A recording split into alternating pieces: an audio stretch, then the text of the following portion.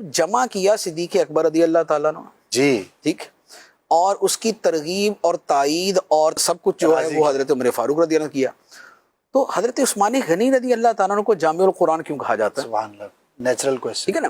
تو اس کے اوپر پھر اعلیٰ حضرت علی رحمہ کا پورا رسالہ ہے، اور یہ ترتیب اعلیٰ حضرت علی رحمہ نے بیان فرمائی ہے. اس میں پھر فرمایا کہ حضرت عثمان غنی رضی اللہ تعالیٰ عنہ کا جو لقب ہے اس کی وجہ یہ ہے کہ جب اسلام بہت سارے ممالک میں پھیل گیا جی، اور عجمی جو علاقے تھے وہاں تک بھی اسلام پہنچا، پہلے عرب میں تھا، عرب سے دیگر عرب ملکوں میں، پھر عجم کے ملکوں میں گیا، تو اس پر کیا ہوا کہ اس پہ ایک صحابی نے آ کے حضرت عثمان غنی رضی اللہ تعالیٰ عنہ سے کہا کہ بھئی یہاں تو قرآن مجید کے اعتبار سے اتنا مسئلہ نہیں ہو رہا، صحیح، لیکن دوسرے علاقوں میں یہ ہو رہا ہے کہ قرآن پاک کو پڑھنے کی مختلف اجازتیں تھیں، مختلف انداز میں پڑھنے کی اجازتیں تھیں، صحیح، کیونکہ قریش کی لغت کچھ اور تھی اور دوسرے کچھ قبیلوں کی اور تھی، تیسرے قبیلے کی کچھ اور تھی، اور سب کو یہ اجازت تھی کہ قرآن کے الفاظ کو اپنی لغت کے مطابق پڑھ لے. صحیح.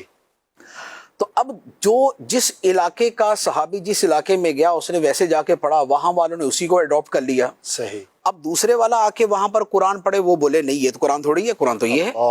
تو اب گویا قرآن پاک کے بارے میں یہ اختلاف شروع ہو گیا کہ بھئی وہ والا پڑھنا صحیح ہے یا یہ والا پڑھنا صحیح.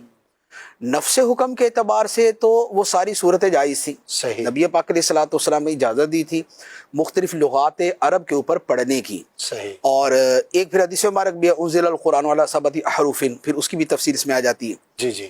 لیکن وہ صحابی جو تھے انہوں نے کہا کہ اگر یہ اختلاف ایسے جاری رہا تو امت تو اس قرآن پڑھنے کے الفاظ پر ہی آپس میں لڑ پڑے گی.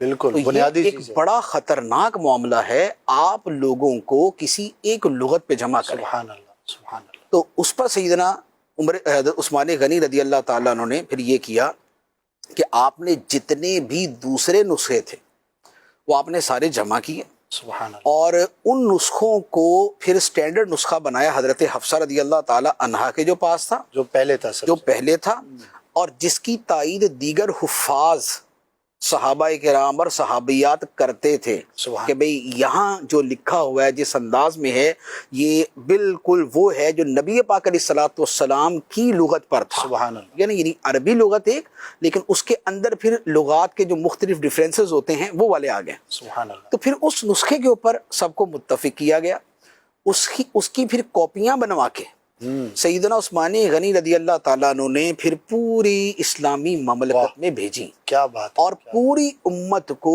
ایک انداز کے اوپر جمع فرمایا. سبحان. اور وہ جو اضافی تھے وہ سارے کے سارے آپ نے جو ہے وہ رپوش کر دیے، وہ آپ نے سائیڈ میں کر دیے.